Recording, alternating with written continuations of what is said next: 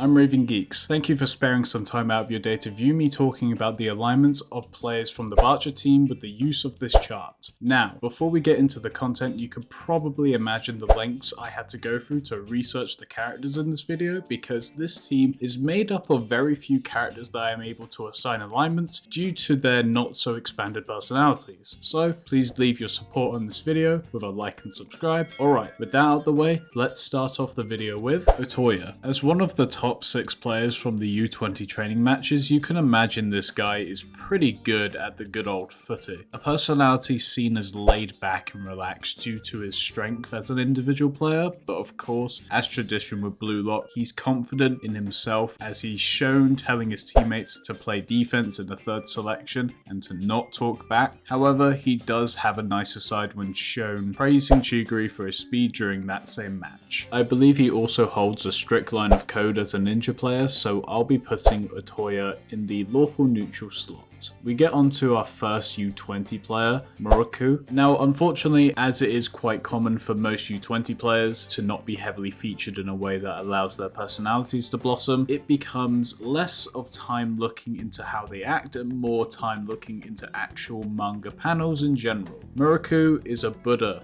Now, this is where I believe it can get awkward. Considering that this guy's main character trait is being a Buddhist, you can assume why I'm actually hesitant to give him an alignment, because I'm basically implying that whole religion goes somewhere on this chart. Fuck. To not be insensitive, I'm not giving this guy an alignment, as I would only be judging him off his religion, and that's what we are not doing here. You could argue he can be judged off his personality, but with how much limited time this guy has had to be showcased, I say I can certainly not do him justice here. Hayate, also known as the Lanky Nagi, is up next. I'll be quick to admit this guy can be done fairly quickly. He's shown to be calm and collected when on the pitch, picking up on particular quirks of other players when playing. I don't want to stall on this character because he can't really be expanded upon much more, so we will consider the fact that he is just a selfless individual because he plays in defense on the U20 team, so we will put him between neutral good and true neutral. These two players are unfortunately not worth speaking on much,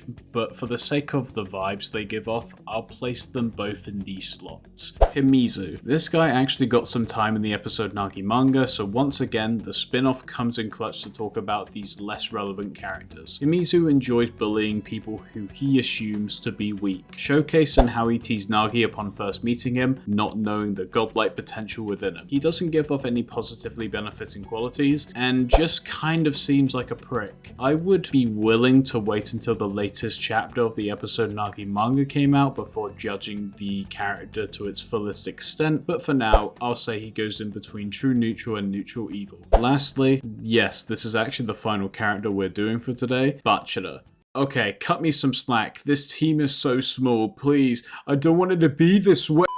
For Bachelor, we have so many things to discuss. His personality overall is the most sporadic and unpredictable out of anyone in Blue Lock. By now, we should all be aware of his monster and how that has influenced him as an individual. So let's take a look at the Bachelor we have known to the Bachelor we have now. Starting off with his backstory of being quite the social outcast, for being that weird kid who just says utter nonsense, he got used to the idea of playing football on his own with his monster, limiting his own talents to accommodate for the monster before and after that monster was surpassed by other players. His monster being surpassed ultimately led to Bachelor breaking free, in which began his journey to start playing for himself instead of doing what the monster wanted. His true ego was formed. Now Bachelor, currently in the Neo Egoist League, was told by Lavinio to train his monster in order to keep up with Bachelor's evolution and growth in creativity. Bachelor is one of the highest valued players